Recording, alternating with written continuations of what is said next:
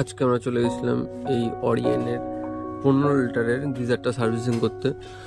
কাস্টমারটা 2.5-3 বছর আগে গিজারটা লাগিয়েছিল, কিন্তু এখনো পর্যন্ত একবারও সার্ভিস হয়নি। ফিলামেন্টটা খোলার পর কিছুটা নোংরা হয়েছিল।